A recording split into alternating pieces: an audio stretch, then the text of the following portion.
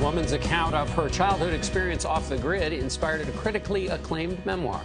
Tara Westover's book, Educated, chronicles her account of growing up isolated with her family in the Idaho mountains. Her father was a survivalist who distrusted all forms of government. Tara Westover writes that as a child, quote, "We had no medical records because we were born at home. We have no school records because we never set foot in a classroom.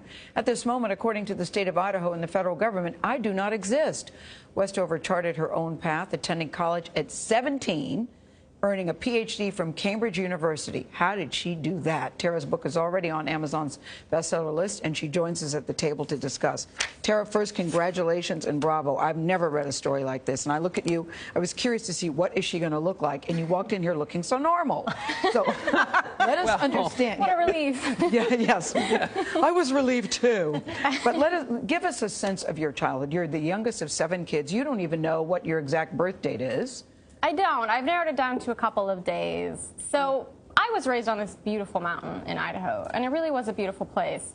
But my father had these radical beliefs, and because of those beliefs, we were a bit isolated. So like you said, there was no school. We never went to the doctor, not even when we were injured. And my father had a junkyard, so we got injured a lot. Quite a bit. Serious injuries. Yeah. You had head for the hills bags. Yeah. You guys had to be packed, ready to go at all times. Yeah, there was a lot of skepticism and fear of the federal government, and that possibly because of the way we were living, that they might kind of come, maybe try to force us to go to school, that kind of thing. Your father believed that all these forms of government were agents of the Illuminati, right?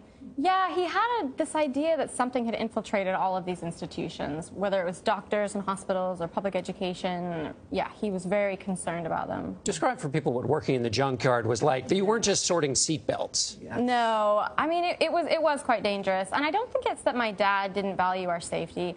He just didn't have that bone in his head that said, this is dangerous, don't do it like this. And so we would get injured a lot. And then because he had these beliefs about doctors and hospitals,